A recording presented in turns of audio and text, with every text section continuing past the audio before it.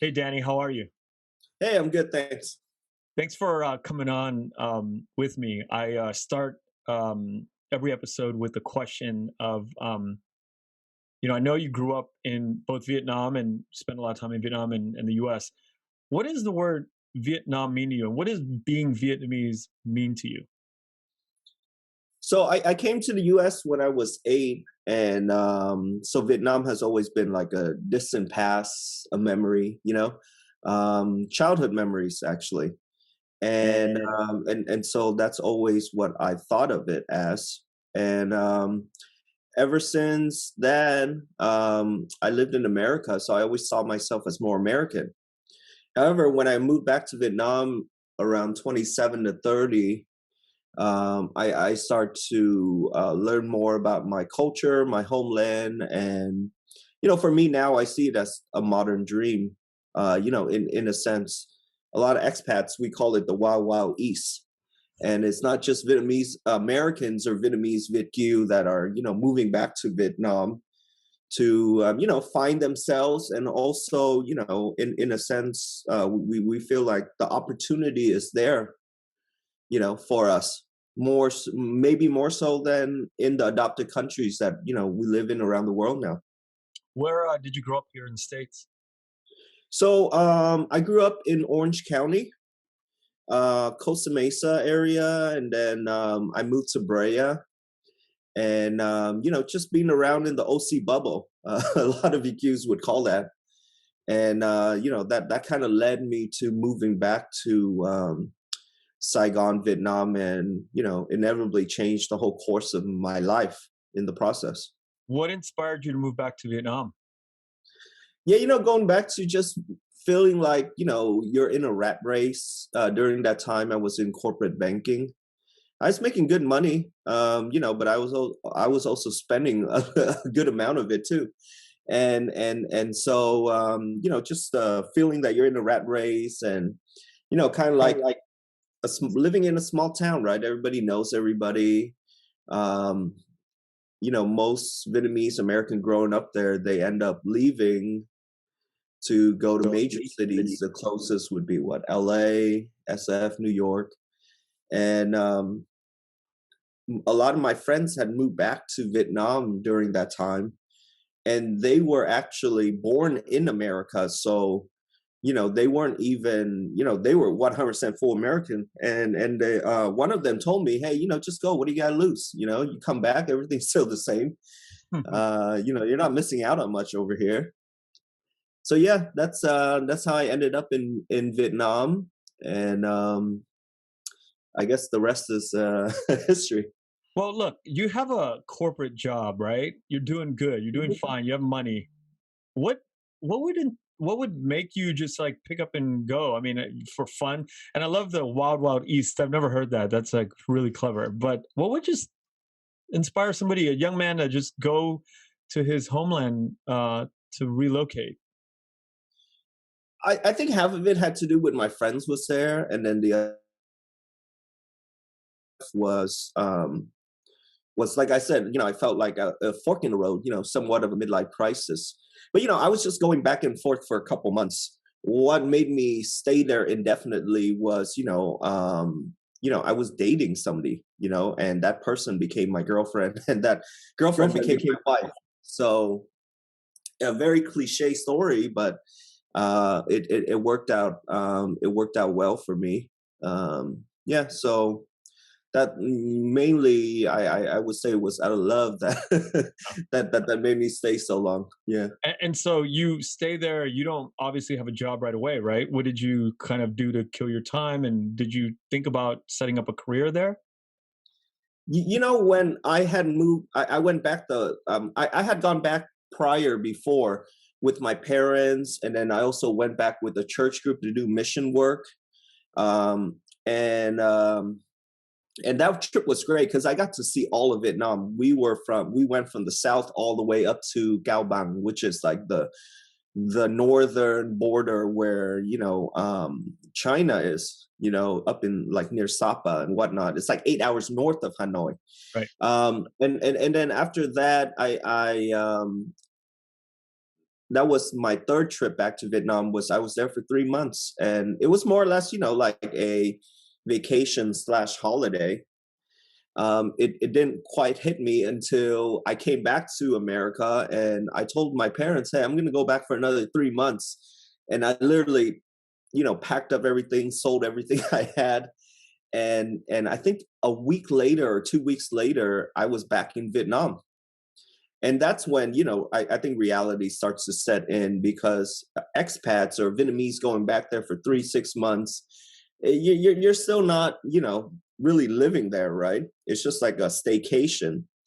But once you're there indefinitely, and you kind of just let that 3 months ticket go by, and you don't show up at the airport, Yeah. that's when, I think it sets in. And obviously I had friends there, and also Saigon is a great network city because everyone's looking to do something and build community. And having expats network, it's a little bit easier because they can help you navigate through Vietnam's culture and Saigon culture, right? And so I was offered banking positions, real estate, stuff of those sorts. And I realized, like, I'm doing upper management executive work, but they were only paying me, I think that time was like 750 a month. That's definitely not enough to, if anybody tells you Vietnam is cheap, Hmm. they're either going there on a holiday where their family's paying everything for them, or they're living in the jungle, man. Yeah. I mean, It's not cheap. it's a Saigon's myth. not cheap. Yeah, it's a myth. And Saigon is definitely up there with Hong Kong and Singapore. Yeah. It's You not know, a joke. Yeah. yeah, it's affordable, but you really have to be super thrifty Mhm. and frugal.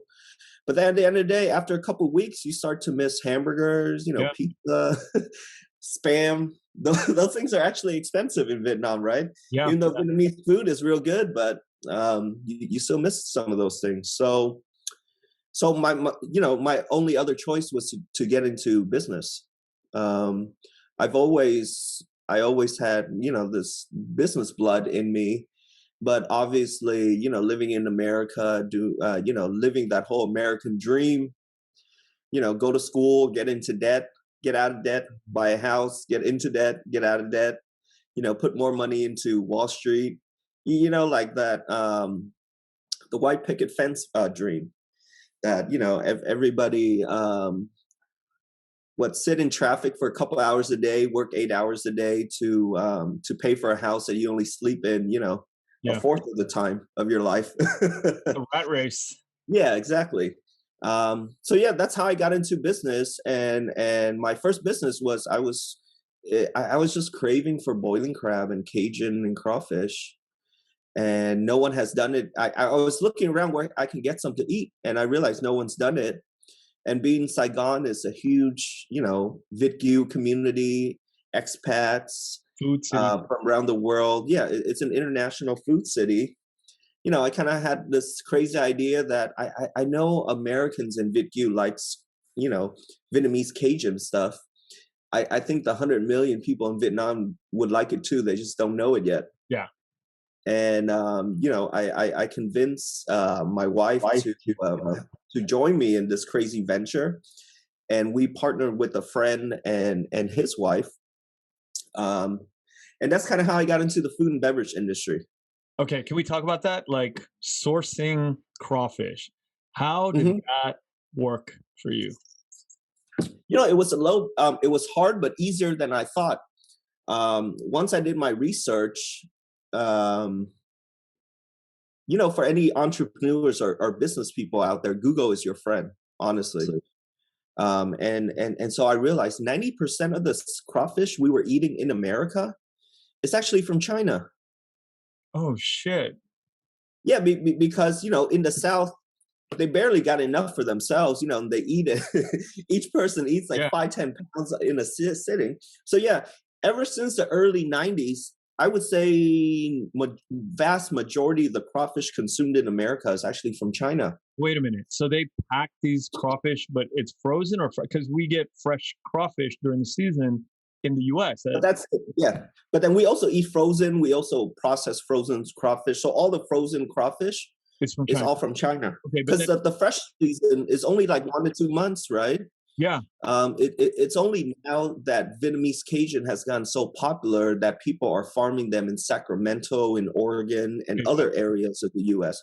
Before it was predominantly just down in Louisiana and the South, and they barely got enough to feed themselves, because they love that stuff down there. And so that's when I realized, I can source it from China, and it's the same stuff.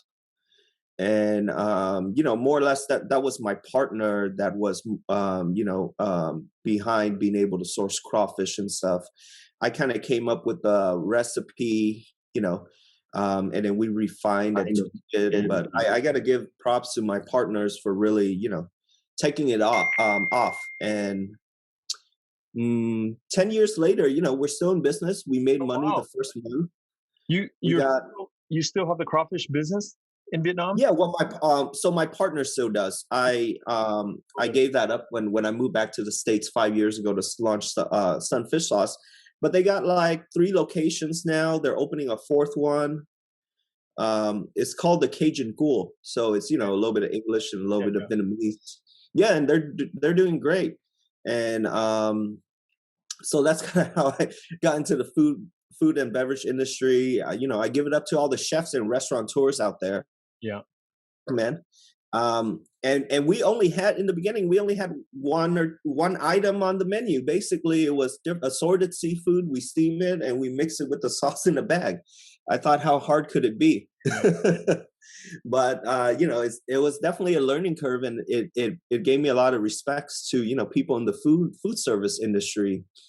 Um, and also, how much shit they have to go through dealing with customers. It's very true. I think in order to become a full human being, a whole person, you Yeah, have to spend time on the floor in a restaurant sometimes, man. You know, yeah. I would love to have my children one day, each work at least a year in a restaurant, both front of the house and back of the house, so they can really Uh-huh. understand the value of hard work. And you got to deal and interface with people from all around every walk of life, and it's a tough game. Yeah, definitely. Me and my wife, we were working like 12, 14-hour days. And then we would have friends visit from, the US or Europe or whatnot. And, obviously we'd take them out and go party afterwards. I mean, sleeping on 2 to 4 hour days. But, me and my wife thinking back, those were like one of the best times of our lives, Ironically, Yeah, right? yeah, exactly. I've had two restaurants, and before I opened up the first one and the second one, before you open up, you're like fantasizing on how amazing that lifestyle is. But God, Uh-huh. when you get into it, it's so grueling. Mm. You'll never work as hard physically as you did while you work in a restaurant. Yeah, definitely. And by to be honest, by 1 year's end, I was looking at the numbers. We were very fortunate to never lose money since the first month. But I mean, the net profit we were making versus the hours we were putting in, it almost seemed like I ended up getting paid less than the 750 that I was offered. Yeah. And it's hard to crawl out of that deficit. You look at the numbers, you're like, how long is it going to take for more people to come in and sit and enjoy the food to I can make more than 750 a month? Yeah, the funny thing is I keep thinking, okay, if I get this amount of customers a daily basis, I'm going to make X amount of money. But then coming in with zero restaurant experience, I didn't realize the more customer came in, it also equal a lot more costs as well. Increases your overhead. Yeah, just basic toilet paper, just Yeah. basic hands washing soap.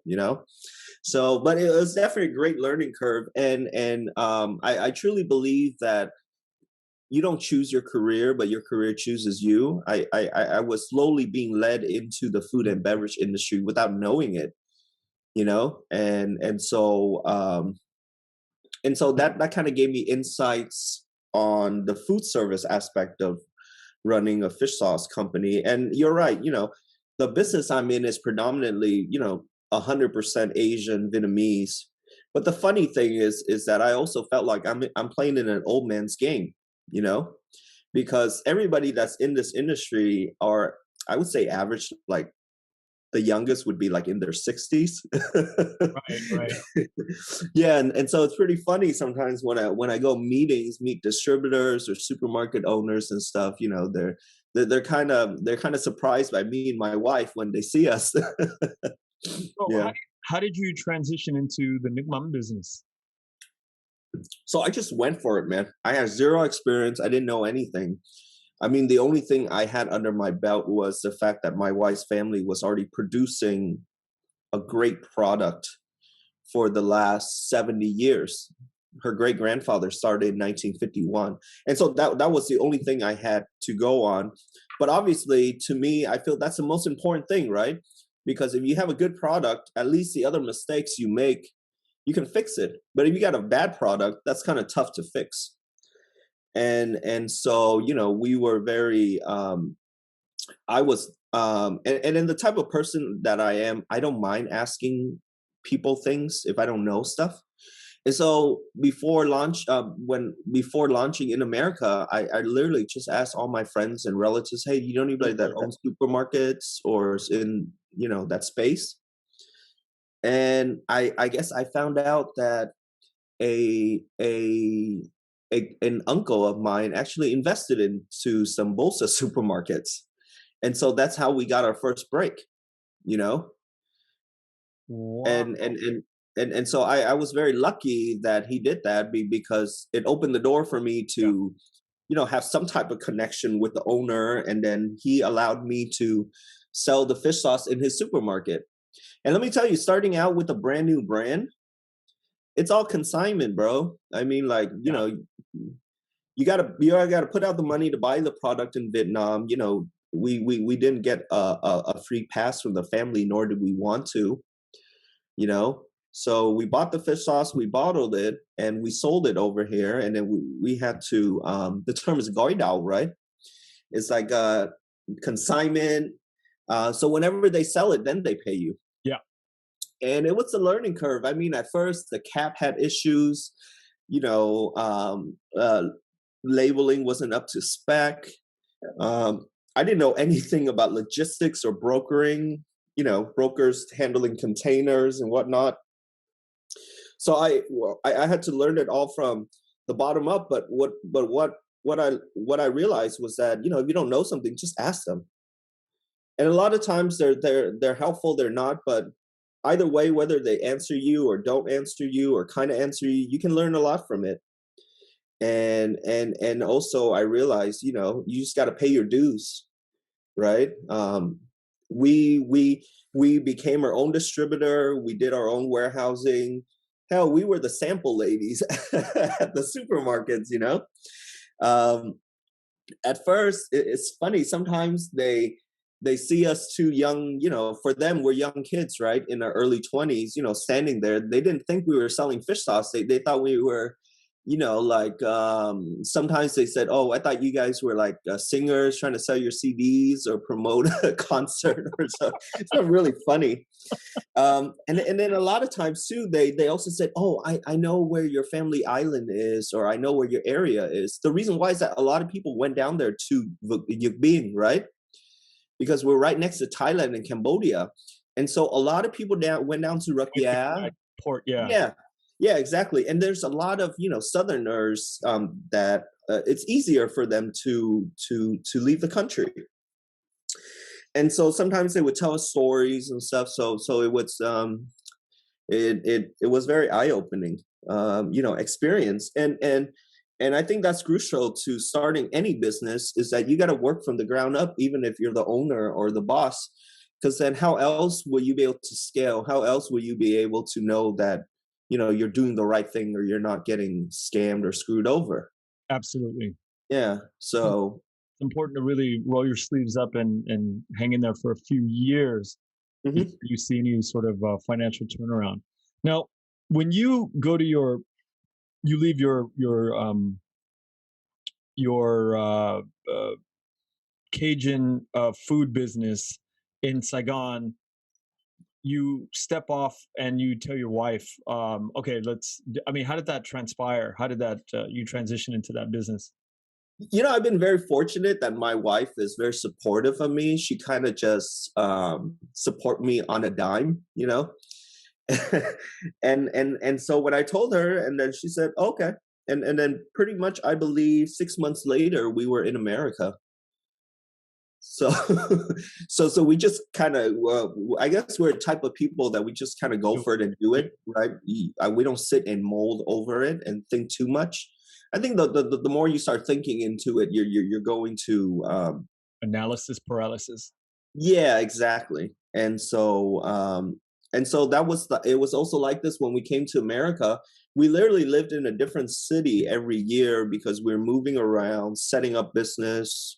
At a time we were actually looking into manufacturing fish sauce in America too. And so we lived down in the South for about a year. Wow.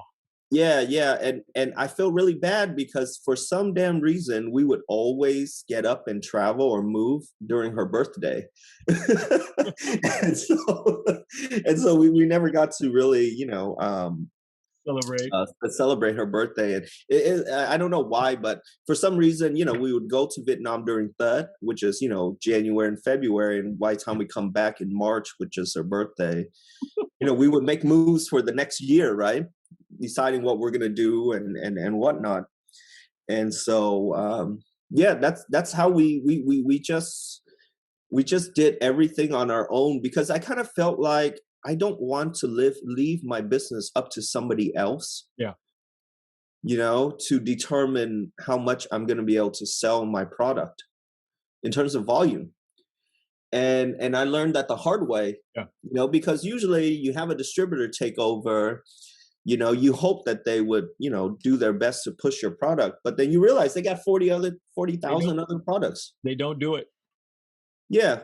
And so we had to do that. And then there's this thing I call the Great Wall of Asia in America, which is, Asian people were creatures of habits, and the older generations are even more so. Right. And I don't blame them. A lot of them are refugees. They came over with nothing. So they do have to pinch their pennies. But, you know, for me, being in the food industry, I don't believe in poison for profits. And 99% of the Asian products out there are all chemicals. That's why we have such a high rate of cancer, in the Asian community, whereas I don't think this was that high in Asia before, when we were eating rice, fish sauce, soy sauce, and vegetables, or like local fish and meat products. It's all these, chemical products that are in the supermarket. And so that, in a sense, led us to do sun fish sauce as well. Because I'm always a person where I say, if you eat something every day, you should be wary of it. Like you eat rice every day, you eat fish sauce or soy sauce every day. Those are the stuff you should care about because you're consuming it daily. But stuff you eat on the weekends or once in a while, go wild, go crazy. And so that was essentially why we wanted to have a product on the shelf for our Vietnamese people that is high quality, that's a premium product, and also something our people can be proud of, When when we you don't really have. Uh-huh. Go ahead. when you walked into your family's fish sauce operation for the first time in your life, Hmm. did you ever have prior experience to that manufacturing process, or is it the first time you saw it? First time I saw it, and I was expecting the worst. You know, I was thinking this is based on stories I've heard people saying, "Oh, there's worms in fish sauce," or "It smells really bad." And then when I realized the traditional and real way of making fish sauce, when you walk into it, it actually smells like a smokehouse, like you're smoking salmon. It's actually fragrant. Okay. The reason why people heard of like the thing with the worms is that certain areas of Vietnam, they don't have fresh fish to make fish sauce from. And so by nature, the worms will happen. Okay. And then also when it smells is because some fish sauce factory is not near water. They're actually not on island, but they're on land. Yeah. So they're unable to wash and clean their factories daily. Whereas we're on an island right next to water, so we just wash all the fish and Back out. yeah, with salt water and stuff. And so the fish sauce factory that smells is not from the barrels itself. It's actually from it being dirty with Oh, fish and stuff. Like everything's done by hand. And then also people don't realize anything with more than, I believe, 70 or 90% salinity actually kills 99.9% of bacteria. No, I'm sorry, 20% salinity. So anything 20% more salt, wow. it automatically kills 99.9%. And so being in a fish sauce factory with so much sea salt around, there's actually no cockroaches, no rodents. They all stay away. Yeah. Wow. Yeah, exactly. So when you look at the traditional method of production, it's actually a lot safer and more cleaner than the new stuff, because the new stuff, guess what? These chemicals they're putting into to kill all the bacteria and stuff. Well, it's also going to kill you, right? Yeah. Can you tell me So about the production of fish sauce from the first? If there's anything proprietary, you don't have to share, but I would love to hear as much as I can. actually, there's nothing proprietary about traditional fish sauce making process. It's simple, but obviously, the more simple it is, the tougher it actually is, right? And so the best way of doing it is that you have your own fleet of boats, you harvest your own anchovies, because you can control the freshness level. Because if you buy from other fishermen, they're not going to salt the fish because they want to sell it to other people too. So when you have your own fleet of boats, you catch the anchovies and then you salt your own fish, right? Excuse me. You salt it on the boat, and so what that does is that it starts the fermentation process right away, and it also makes sure that the histamine level is very low. What is that? What's the histamine level? So histamine level, it's actually almost not a non-issue. Here's why. Back in the early, I believe, 50s or 60s, Americans started eating a lot of canned products. And so there was an outbreak of canned tunas that they were getting allergies with, okay? And then, so ever since after that, any canned food products that's seafood, there is a histamine level where the fish has to be underneath so people don't get allergic to it. I'm not a food scientist, but that's the best way I can explain it. However, when I say it's a non-issue, it's because histamine levels are through the roof with cheese and artisanal cheeses, but yet nobody had any issues with that. So, if you really dig into it, I think people just had early allergies to fish or tuna. It had nothing to do with histamine level, Right. but that's kind of what dictates fish sauce production and import and export into different countries. They always ask about the histamine levels. They don't want people to get allergic to it. It's kind of like when fish and seafood dies, it kind of sends a signal throughout the rest of the body and it starts decomposing, right? So that's why, and then that process also raises the histamine level in the fish. And so that's why we salt it right away on the boat, right? And then we bring it in, and then we basically mix it 70% anchovy, 30% sea salt. That's it. And then you let Mother Nature do its course. And after about 12 months, the liquid that comes out is what we bottle. And so the first liquid is considered Mcmahon, which is kind of the term means it's like dripping, right? And so that's all it means, because back in the day it was in wooden barrels, and there would be cracks, and then the family would put up something underneath to hold it in, and then they would just use it to eat because it was very little. And then that's considered the best because it's been unblended, it's been unfiltered, unprocessed, untouched, right? And then we actually do this for 7 times. We put seawater in after each time. Think of it as making cafe fin, like Vietnamese style drip coffee. And then each level you would have less and less fish oil. And so that determines the you have a standard 40 degrees, which means essentially it's Mcmahon. But the reality is each barrel, if you make it the traditional artisanal way, each barrel you got skinny fish, you got fat fish, right? Yeah. And so certain barrels will range different degrees. So on average, a first press will actually be anywhere between 33 to 43 degrees for anchovies. Why do we use? What is that? Uh-huh. What does the 43, 33 degrees signify? Protein So we level? were, yeah, so we were, colonized by the French, and then we used their method to determine the amount of fish oil in fish sauce per liter. Okay, and so that's why we just called it 40 no dam. No damn. Yeah. But first, no dam is like fish oil, but for some reason it translates over to degrees. I have that I don't know. I don't know why. Sometimes certain names are just given because maybe poor translation in the past, and it just kind of stuck.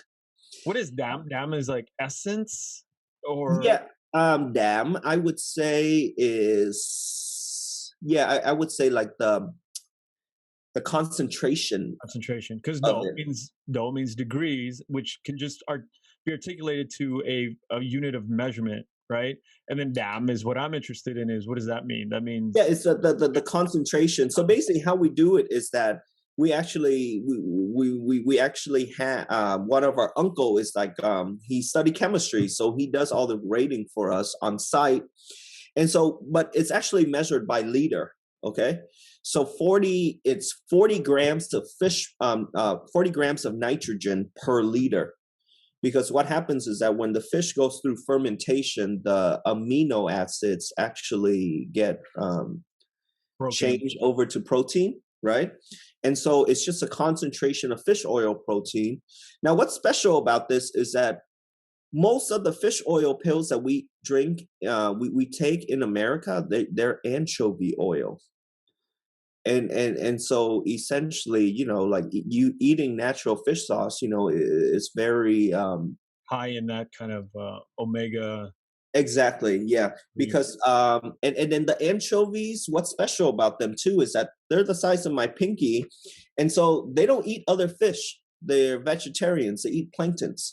So think about it: when you're fermenting a fish for 12 months, if the gut is not big and there's no other fish in it, it's going to give you a lot more fragrant flavor profile versus other areas in Vietnam where they don't have an abundance of anchovies. And so they have to use whatever fish that's available. And so it kind of becomes, it's not as flavorful or fragrant. That makes a lot of sense.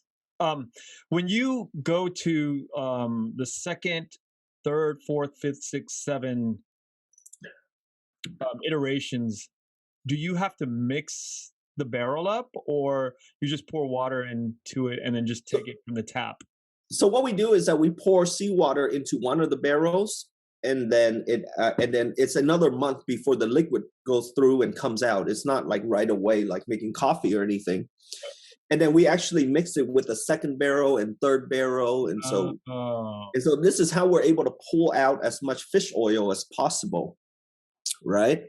And then after the seventh time, there's barely any fish flesh left. There's barely any sea salt left, and that leftover we actually sell it to manufacturers that make the fish sauce that 99% of the world consumes, 99% of America consume. That's why if you read the ingredient, it should only say 3 words for real fish sauce: anchovy, sea salt. 3 words.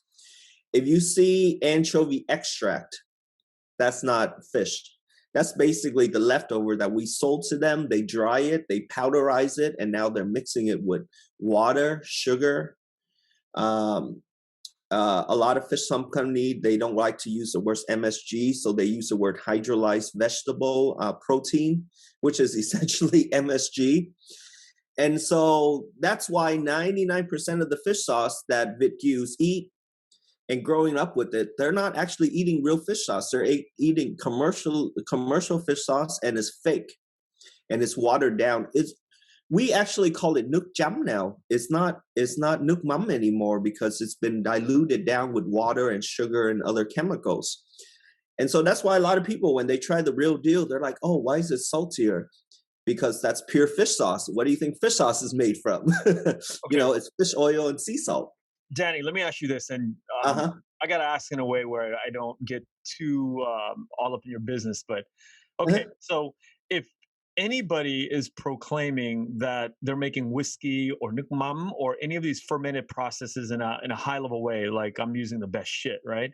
We Uh-huh. always have to think about the economies of scale, like the back end of the way the infrastructure of the money works, right?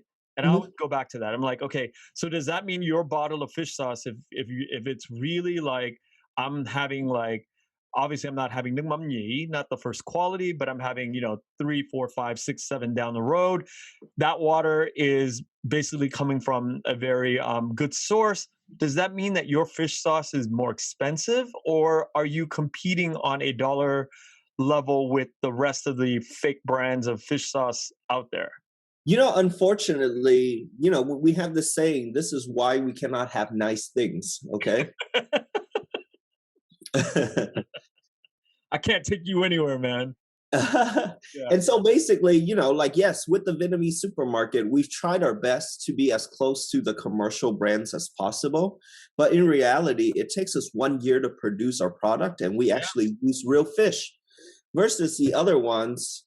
It's basically just a mixture of different chemicals Chemicals. together, and you get a product. And so the funny thing is that when I sell my product to American and Western marketplaces, they're like, wow, this is a great product. It's so cheap for the length you go through to make this. And then when you take it to a Vietnamese supermarket, oh, why is it so expensive? How come it's not like that dollar fish sauce that everybody's buying?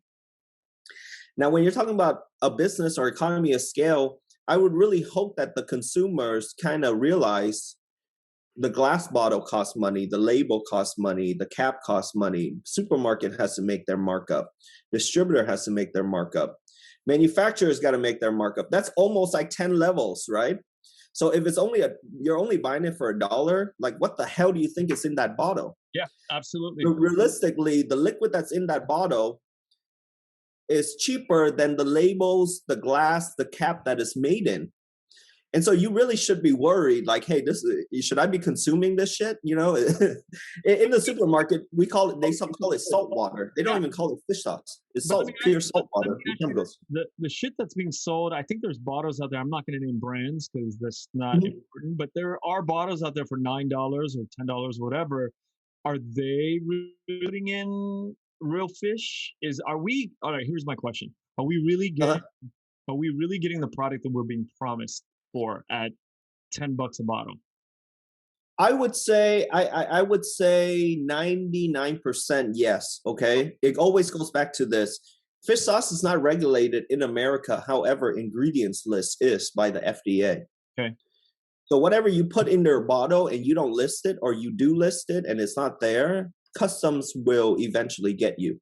Okay. So I always tell my customer, forget what people are advertising on the front. And this goes to any food. Just read the ingredients list.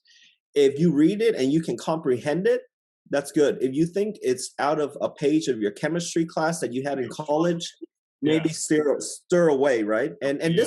this is not just fish sauce. This is with everything. Anything. Yeah. And then after that, it comes to personal taste and preference. And so and so going back to what you're saying, like pure fish sauce is 100% pure. So yes, my product is a little more expensive, but if you want it to taste like the commercial brand, I tell people just add more water, dilute it down because it has 3 times more fish oil, or just use less of it. So if you're thinking about it in that way, you're getting more quality for quantity, and it actually comes out to be the same price or cheaper than the commercial brands that's available out there. And then this actually works really well for us in the restaurant business. We work with a lot of Michelin restaurants, James Beard winners, Asia's top 50. We're in all the Las Vegas casinos. They all use our fish sauce because in professional kitchens they understand, hey, this is a pure product. If I want more umami, I don't have to get more MSG, more sugar, more of the other stuff that's in the other fish sauce, and I can actually control what I put in my food. And to me, that's so important because on the retail side, if your grandparents, your parents are eating every day, they should have control what they put in their body Absolutely. because obviously we talked about the rise in cancer rates in Vietnamese population, and I'm telling you, it's all food, man. Yeah, 100%. There's so many documentaries out now because of the food and what we put in our bodies, and it's hard to mitigate in our brains that we got to stay away from the quick, easy, cheap food. Um, Yeah, the problem with our Vietnamese population is, we pinch for nickels and dimes, but then I would say going to the hospital with cancer is a lot more expensive than spending a couple extra bucks a day, a couple extra bucks a week in grocery shopping. And I think it's up to the younger generation to educate the older generation, and then thus setting a precedence for our kids that we're gonna have. You know, I'm not going to tell people which brand to buy or what to do, but all I say is just read the ingredients list.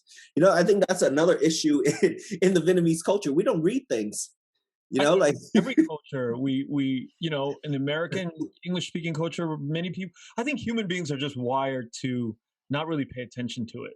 You know, yeah, we're just not thinking about it because it's in our face. It's cheap. It's $1.99 for this brand. I'm gonna buy yeah. that because it's cheaper, and I don't need a whole lot of it in my cooking. I just put a little. So I'm not thinking like the long, deep repercussion.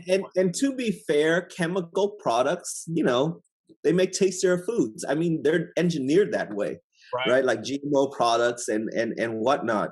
But reality is, being an adult, you got to choose what's good for you and what's bad for you. Yeah. It almost goes back to learning stuff as a kid. This is not good. Don't eat it all the time. It's gonna make your tooth fall out, right? Too much sugar. I don't spend a whole lot of time eating at Michelin restaurants because obviously financial, financial implications. But if you Uh-huh. look at like these really high-end restaurants that are known for their flavor profiles, you really begin to understand that there's not a lot that really goes into it other than very pure ingredients. And it's stripped down and you're tasting bursts of flavors that come into your taste buds. And I Uh-huh. think the thing about like the anchovy process that you're talking about, salting it and not putting chemicals, it's another aspect of food that we don't think about too, is that natural decomposition of the fish's flesh that's happening, and then we get it hit right on our taste buds from. I would love to taste the mummy. I've heard it my whole life, and that is something that is at the core of this sort of idea of like the natural process. That's like the first quality, the first drip that comes out of that barrel. It's got Yeah, to be we actually sell Nook Mamnyi, the real deal in America. We've been selling it for the last 5 years. And going back to what you were saying is that this is why our people can't have nice things. They started complaining too much about the price and all that stuff. And I got to a point where I'm like, forget this. I'd rather sell it to Australia. I'd rather sell it to more Hong Kong, expensive. Singapore, Europe, where and then we're actually entering the Middle East, where people are appreciative of our product. It's tiresome, getting shit on day in and day out when you're trying to put out a good product, when you're being honest about your product. And reality is that your family comes from fish sauce background. Nuoc Mam Nhĩ is not easy to come by. Very difficult. I don't want to be pompous and say, hey, you should actually thanking me for allowing you to buy this, because reality is nobody would sell it because it's so pure and so potent. They would actually water it down with other blends, Yeah. and guess what? To make more money. Nothing wrong with that. But our whole idea was to have something on the shelf where our people can be proud of history, heritage, culture. But that And that almost requires you to kind of educate the mass public too, right? Like it's like yes, wine. Like we have to uh, explain to people how whiskey or scotch or whatever is being made, and that sort of that distinction of that process is what becomes part of our kind of understanding of what we're tasting on our what's hitting our taste bud, and then we can make that distinction, and then year after year we can start to have the nice things. I think it comes from I don't know where it comes from. I don't want to say it, but reality is that, you know, our younger generation, we ask for nice things, we demand nice things, we're willing to pay for nice things, we're appreciative of nice things, right, in all aspects of life. But you know, I think the older generation, you know, definitely the war had to do a big deal with it, you know, and I'm sure all of them went through, you know, post-traumatic, you know, stress syndrome. And so I think that also hinders, you know, a huge factor of why they're, you know, they're not willing to spend that money for, if people were to use real pho bones to make pho, Right. you know, and charge $10 bowl, but you know, they're okay with buying $5 bowls with beef bouillon, you know, powder making pho. Dude, I can get into this right now. This pho thing. Yeah, we should get into it. I mean, because Vietnamese cuisine is all encompassing our daily lives, right? Yeah. Look, man, I want to put this out there for everybody listening. Here's the deal with the pho thing. If you want to know if fucking people are using bullion at the restaurants, or you want to use, okay, here's a, everybody needs to do this with their local pho restaurant, because you need to know what the fuck you're putting in your body at this level, right? Okay, so here's the deal. If you make pho with beef bones, and you do a lot of beef bones, and you put it in a pot, and you boil it for like 8 hours to 12 hours, gelatin comes out of the bones. Yep. When you go to not freeze it, but cool it down in the refrigerator, that becomes jello. It becomes a heavy jello. Hmm. Now, if you, back in the day when I was growing up, we'd go to these pho restaurants that were still cooking with the bones, and you know, people hadn't got smart and shifty about like the shit that they use. So what they would do is use real beef bones, and we would be sipping on real beef bones. So now, when you go to these restaurants, put your to go shit broth inside a refrigerator, and if the next day you're luck and you're shaking the shit up and it's not gelatin, you are drinking powder. You know, that's funny you mentioned that too, because we actually have that for the fish sauce test as well. Oh, really?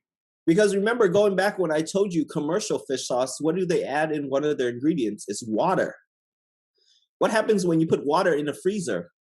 It freezes up. And so there's a lot of fish sauce, which is essentially called salt water. So salt water will make it freeze slower, but eventually it might freeze in a freezer, right? Because you're adding water into the fish sauce. Fascinating. Same thinking, right? But going back to your pho thing, I've heard a faster way of doing this. You go to a pho place, you ask for nuc bail. If they don't have nuc bail, that means they Oh, made it, because you can find out right away, right? Because when you're cooking with the bones, or because to be fair, there are certain pho varieties where they don't use bone marrow, they'll use a different, so it won't gelatin up as yeah. much, but it will a little bit. But if you go there, you sit down, you ask for nuc bail, which is like the beef fat, the beef fat that gets skimmed up on top. The Japanese, they save it for their ramen, the crazy ramen customer that wants an extra helping of that fat. So you go to any pho restaurant, and then nuc bail is actually in all the broth, right? Because it comes out from pork bones, chicken, and so if you're eating chicken pho, beef pho, or hủ tiếu, or some of the other stuff, ask them for nuc bail. If they have it, then you know they're really cooking with bones. It's cool, man. You know, Yeah. these are the things that you know, we don't think about as consumers regularly, right? We just go in and we just consume, and the shit tastes so good. But you take a step back and you're like, "Fuck, man, what's this nightmare that we're consuming in our body?" Right? And it's crazy. This is not something that we should have to worry about. But the problem with our culture is that I feel like it's a race to the bottom where nobody wins. You know, like everybody's trying to. First of all, each plaza should only have one pho restaurant, but for some reason, there's always two or three. Secondly, you know, we're pricing ourselves Yeah. out. You know, oh, $8, I'm gonna do 7. Oh, I'm gonna do 6. I'm gonna do 5. Hell, why don't you just give it for free so you Great. can be packed all day long and Absolutely. go out of business in a month, you know? and you know, speaking on that, COVID was a horrible thing for the restaurant business, Yeah. obviously. But I kind of felt like it was also a great Cleansing.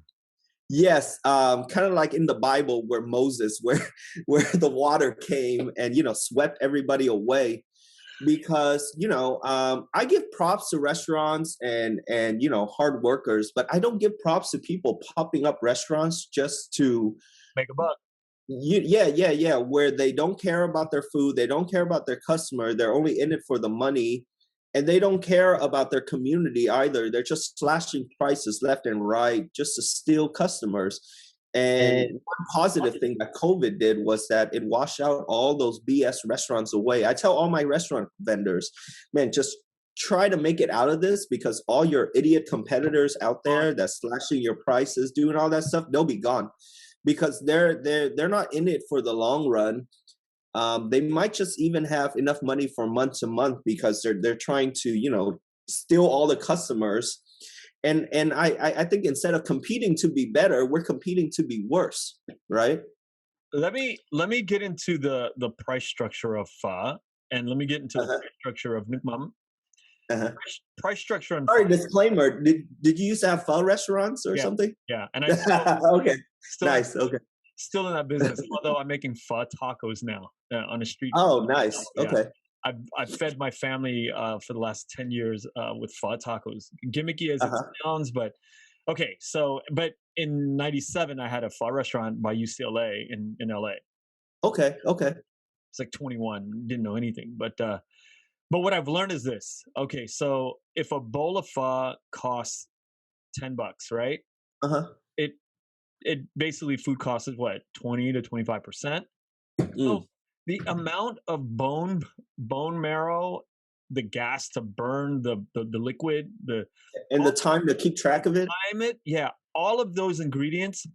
If you're selling a bowl of pho for $10, which is very high on the high side in Orange County, if you're selling a bowl of pho for $10, your food ingredients and all that is at 250.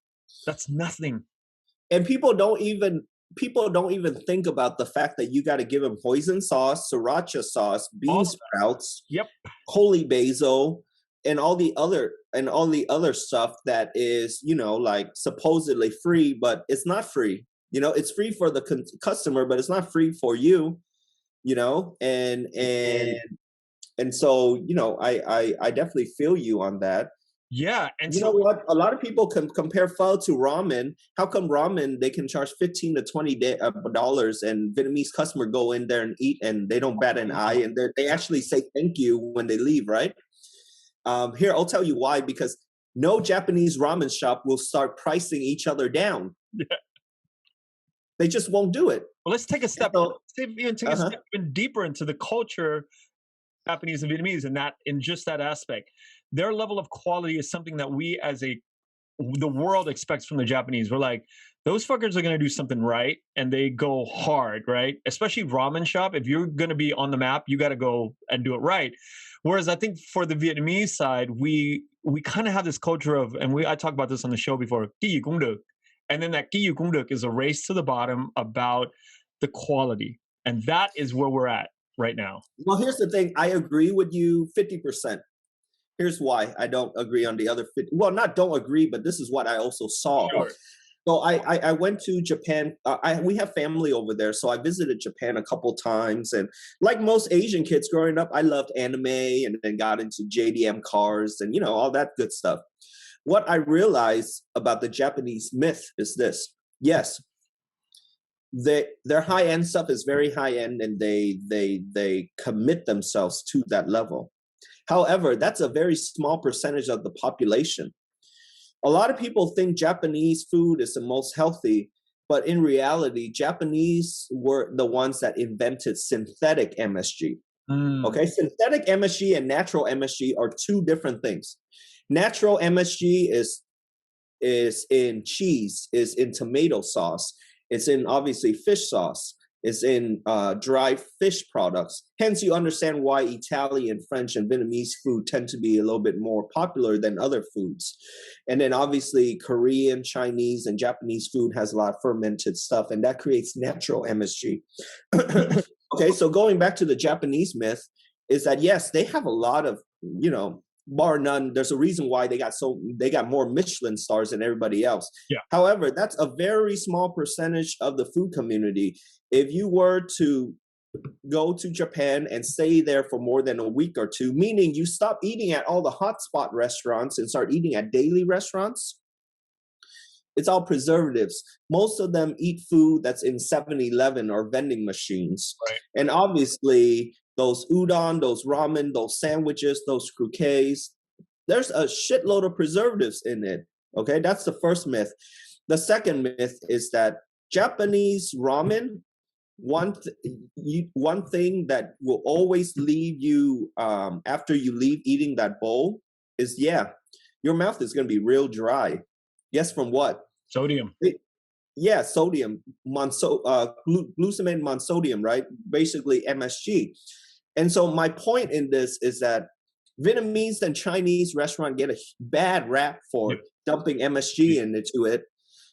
What do you think that damn bowl of ramen has in there? And so it goes back to my theory is that all it is that the Japanese are unwilling to lower their price. They will compete with each other on service, customer service, on presentation, social media, whatever it takes. But they're not going to lower their price. Undercut each other, yeah. Yeah, but that doesn't mean they're not using MSG, or that doesn't mean they're not using, ingredients that. And if you think about a bowl of ramen, if you want some bean sprouts on the side, that's another $1.50, bro. Yep. But when you go eat pho restaurant, you can have first helping, second helping, maybe third helping if you're lucky, right? So I think it's actually a lot of the Vietnamese restaurants always say, oh, they're afraid they're going to lose customers. And I think, why? Why are you afraid you're going to lose customer? Are you doing something shady, or are you, like not giving them a high quality product? Because this fear, I feel, comes from the price wars that they have with each other. Well, we can go into the history of Vietnam and not even talk about, we don't even have to talk about the war. We could just talk about coming in the early days of famine and starvation in the north, right? In the days of the bombings of the Japanese in the World War II, where they would have villages wiped out, and then they have, I'll go back way further, where these people were living in cold climates up in the north, and they developed this sort of attitude of preserving money and just being very frugal, because they had to jayak, or they had to really survive with very little. And then I think, after 1954, you get 1 million people coming down to the south, north, and then they become so adept at business because they had to really battle and deal with not having food and they're used to pinching pennies all their lives, all their lives, yeah. And so that's actually a great catalyst for being good businessmen. 100%. And you bring that over to the US, and you have this group of people who are just very frugal. So they're going to have this idea of like, well, how can I do sustenance to my body and maintain my body at the lowest price possible? Because I'm trying to build this amazing opportunity to make money, and the food is not important. That's not part of our culture, to eat the best and the best, at the quality that it's not even on their radar. Yeah, it's great that you brought this up, because like being in the business that we are, we have the opportunity to. Me and my wife might be the only one that have eaten at 90% of modern Vietnamese restaurants around the world. Just by default, because there a lot of them are our clients. And what we realized talking to the younger generation, mainly us and whatnot, is that the mom and pop mentality, it was the only thing available to them when they came here. I don't blame them, and I'm glad a lot of them made it, all the OG restaurants, they made good money to go from generation to the next. However, the glass ceiling is that they can't scale. They can't grow the Vietnamese cuisine business into a mainstream model. Yeah. So when I see younger restaurateurs like yourself and other chefs that we visited, they're not secretive of their recipes. They're not secretive of the way they run their operation. They want their employees to eventually open their own restaurants. They're not afraid of competition. They actually welcome it.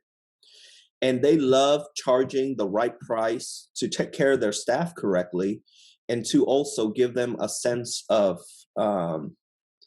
hey, my food comes with pedigree and love, and I spend a lot of time with it.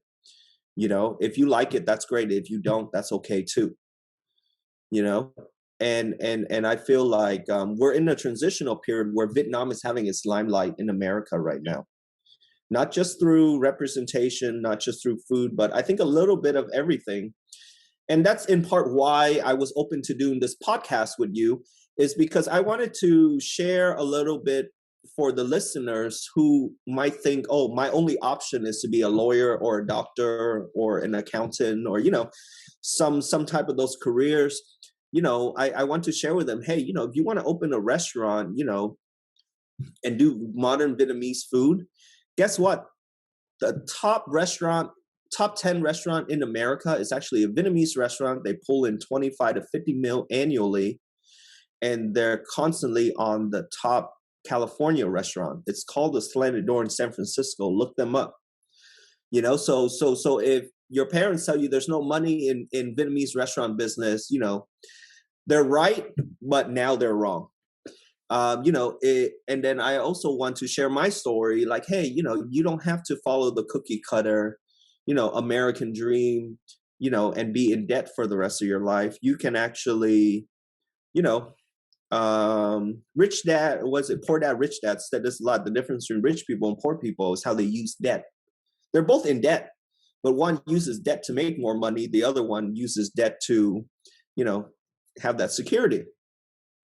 And so, you know, kind of going off on a tangent, but I'm really glad that, you know, me and you, we have a chance to talk about restaurant, about the food industry, because it also shows, you know, some of the younger listeners or even the older listeners, hey, you know, there's money to be made in a lot of industry. And as Vietnamese people, we're clever as fuck, man. Yeah. You know, like we're very good at finding out ways from going A to B faster than going A to B, if that makes sense. Yeah. Makes perfect sense. Yeah. And I thank you for coming on because I don't even think, you know, I always feel this like I never had enough time, like in the last like hour and a half or whatever we've been talking.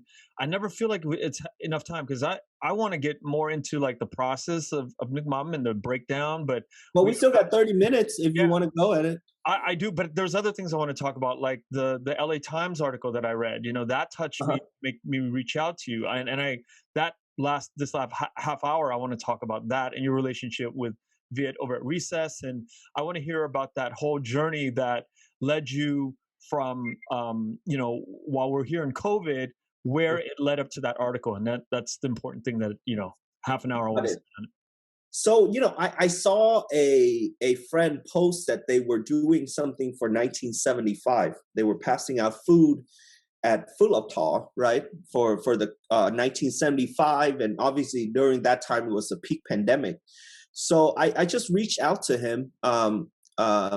His name is Victor, and he's in he's based in LA, Orange County, and he does a lot of like the Asian entertainment, like Vid Fashion Week and stuff Oh, like Victor that. So NL, yeah, huh?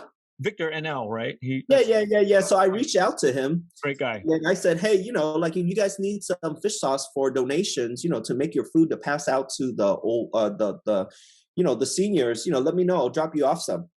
And that kind of spiraled into me being able to meet Tam from Advanced Beauty College. He's a great guy. Great leader. Yeah, and then he introduced me to Vid, and then you know we all got together. You didn't know any of these guys before. You just reached out. No, I didn't. Yeah, yeah, I didn't. Yeah, I didn't. I just saw the post and I reached out, you know, because me being local in Orange County, a lot of people think, you know, I'm based in Vietnam, but we actually moved here to launch Sunfish Sauce. So I reached out to him, and then Tam kind of put something on my mind. He was like, hey, you know, 1975 has always been a negative day. And we have enough negative shit going on already, you know, with COVID. So we wanted to make it a positive thing. right? So instead of being sad, we're celebrating that we were the lucky ones to be able to escape the war alive and are in different countries and, obviously in America. And so let's make it a celebration. And then at the same time, a lot of Vietnamese people were out of jobs, because majority of our population is in the hair and nail industry. And so what they did was that they started a Facebook group to cook at home and sell as donations. Yeah. So that's kind of how they got. In LA, it's actually legal because you have immigrants cooking tamales and stuff at home. They can sell it, but in Orange County, it's not yet. It's kind of a gray area. But then when I saw that, I was like, hey, this is great. Our community is not sitting there waiting for a handout from the government. They're hustling. Sometimes it's a little gray area hustle, but Say no more. Yeah, but they're out there hustling, trying to make money, and then the great thing about that was Bosa overnight turned into a Saigon, meaning you can go to someone's house and eat mi wang from Da Nang. You can go to somebody's house, well, not eat there, but you can buy it, take it home. Beautiful. You can go to somebody's house and eat, like pho bak style, for real. You can go to someone's house and eat something like cơm tấm bì, which is like Minh Tây style. So it was great to see that. And so I also reached out to that group and I was like, hey, like whoever's cooking at home, trying to make a buck, let me donate some fish sauce for you guys. It's not, a couple cases is not a lot of money for each people, but it saves them grocery money for, a couple months worth of fish sauce. Yeah, a little bit adds up, right? And that kind of spiraled into, man, they were passing out my phone numbers like hotcakes. And us in the free stuff, man. Yeah. And then it got so big that I had to move different locations of passing it out. So then when I was able to meet, Tam and Viet and what they're doing, and then Paul came along. Paul does the moving forward where he helps mental patients and stuff like that. So when all of them got together, I felt like, man, this is so much more organized, right, than me trying to go out there meeting random people at supermarkets and just passing it out. So we joined them, and then we were passing out and then so Tam told me, hey, would you be able to commit to 1,975 jugs? So each jug is about 5 liters, which is about 10 bottles of fish sauce, almost a case of fish sauce. And during that time, we were servicing all the big restaurant groups in America. We were servicing all the Las Vegas casinos. And obviously, everybody shut down. And so, I had a lot of inventory and I didn't have any consumers for it. And so I felt like, hey, why let it go to waste? Why let it expire? Technically, natural fish sauce doesn't expire, but FDA, you have to put a label on it. Yeah. So, and then I saw what they were doing with Nailing with America, with the gloves that all the nail supply places had. And so obviously all the nail shops were closed. So they were donating those gloves to Frontline during that time, right? Gloves and masks, face masks. And seeing all that, kind of made me and my wife, it inspired us. And then that's just how it happened. And then so we were passing out fish sauce at COVID test centers. It got a little bit ridiculous because a couple weeks after that, people would show up and they're like, no, I don't want the test. I just want the fish sauce. Yeah, it was pretty funny. Yeah. But, and then Vit is doing, the meals every week, giving them out. So I was like, hey, Vit, just let me know whenever you need fish sauce. We'll stock you up. So, I felt like I was putting a product to good use, instead of just letting it sit in my warehouse and trying to figure out ways to sell it for cheap later on or stuff like that. I'd rather do something for the community. My group of friends, we bring this up all the time. It's like during the time of this whole panic, this COVID, we panic. We typically, as human beings, we panic, right?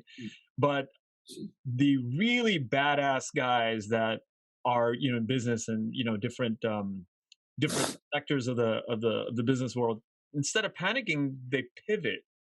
Mm. So what better way to pivot your world than to really support the community? And I think that's a genius approach, because I mean, probably there's not a whole lot of work to do. There's probably not a whole lot of sales happening, and all of this is going to waste. And what better way to get your word out, and then to get samples out, and to really support the community than by doing it this way? And I commend you, and I'm so proud that that's the approach that you took. Thanks, man. And you know what I also learned from this was this. When the pandemic happened, I'll tell you this, I definitely panicked because for everybody, nobody knew which sides of the fence they were on, right? I mean, during the first couple of weeks, we were buckled down at home. I armed up, man. I was prepared for war because you didn't know what's going to happen, right? I mean, I felt like I was living in a Hollywood movie, and also, our fish sauce wasn't going to expire for another year and a half when the pandemic happened. So we felt like we felt like, hey, we can do more good with it than to sell it later on and ride this out, right? And what we learned was that, obviously when you do good, good things will come to you. And being the pivot part is that I think we also learn to be proactive during pandemics, because opportunities will present itself, maybe not now or later. But at the same time, one thing I learned was that it's not how much you make, it's how much you save. Because I gotta say, I was very, I'm a Christian, so I got to say, God bless me that I was on the right side of the track. There was nothing that I did to prepare for this pandemic, Um, a little background, a year before pandemic, we had decided to put all our budget for marketing and advertising into restaurant groups and casinos across the US. So guess what that happened, like everything we pushed towards, it all shut down overnight. And so the only thing we had that sustained our business was, the supermarkets. Yep. And then also because the community was hustling and grinding, like the supermarket sales went up because people were cooking at home more to sell, not restaurants. So that saved us. I would say the pandemic, we lost 50% of our business overnight, and 75% of the business loss was from restaurant groups. And thank God, actually 2020 is our best year What? ever. Yeah, in hindsight, and in the last 5 years of launching Sun, it ended up being our best year. And I didn't realize that until, I'm starting to do taxes about a month ago, because during pandemic, the last thing I wanted to see was numbers, Yeah. like I did not want to see the loss and all that stuff. But yeah, man, I mean, it was great. We're able to give our fish sauce to different organizations. We found out that a lot of the olders, they were getting, like canned beans or like American food that they can't eat. And so even if they're not getting food and they're getting some fish sauce, they're happy. Yeah. I was able to donate to some to my church. And so it honestly, yes, it feels great to give, and I'm not sitting here holding my breath waiting for a huge surge in Vietnamese business. Sadly, like that's one thing I hope the younger generations will change, is that we need to learn to support each other more, instead of, I don't want to go into this, but basically, get it for free later on and then just going back to your old ways, it because I looked at the business model. Why does Kodak did so well? Because when Kodak came out, all the or the Japanese brand Sony, all the Japanese, they switched from to their own brand. Like Koreans, the affluent ones, when Kia and Hyundai came out, they stopped buying Mercedes-Benz and Beamers. They all pushed their brand forward, Oh. And I hope for the younger generation, hopefully us, we can open the doors, but the younger ones, they can really implement it 100%, instead of, like not getting pushed into the rat race. Because I do see a lot of younger Vietnamese Americans that's taking over their family business, and they're still being pressured by their parents to kind of like, hey, it worked before. Why won't you keep doing it now? We have to So evolve. We have to evolve, and we have to change, and we have to be better. We have to always do better. yeah, that's the only way we're going to get mainstream recognition and reality create more billionaires. Yeah. I think we definitely outpace a lot of people, you know. Um, and then people like Vid, like he is hurting at his restaurant, the Recess Room, like those places, he's the epitome of. He started out as a Vietnamese restaurant with his mom, and then he went full mainstream. They were doing great, and pandemic happened, and so everybody's just trying to hang on and hold on, and hopefully we can all make it out to 2022, because it's looking like that way. Yeah. Vaccine's going to hit this year. Yeah, Yeah. so Our my wife is the general manager of the 626 night market, um, uh-huh. and business was wiped out for 2020. It looks like so far 2021 doesn't look promising because of the slow rollout of the vaccine. And that was, how I supported my family for so many years. Is but then again, it goes back to panic and pivot. I Yeah. could panic during 2020, but I decided, all right, well, I have a lot of time and a lot of contacts, and I'm just going to get into this whole podcasting thing. So I Mm. sort of started last year, and so out of the pandemic, the Vietnamese with Kenneth Nguyen, it started from that sort of like it freed up my time. It allowed me to kind of like think deeply about what I wanted to do, and that pivot is I'm so glad that I was able to be afforded that opportunity. And you know what? Speaking on being pivot, people, I don't want a lot of some listeners to think, oh, you need to have it in you or not. Actually, I learned is that you can decide to be controlled by external issues or internal. Meaning, when external goes bad, internally you can decide to not let it affect you, and that already is pivoting. And Right. then from there, when you're able to control your internal values, you will. I learned this in business or just in life, is that if you can control your internal, you just keep trying. Yeah. It doesn't matter how much you fail, but each time you try, you're gonna afford yourself new opportunities and network and stuff that who knows what would hit, But you just got to put yourself out there and not let the external issue, obviously the pandemic affect you. Um, I agree. I completely agree.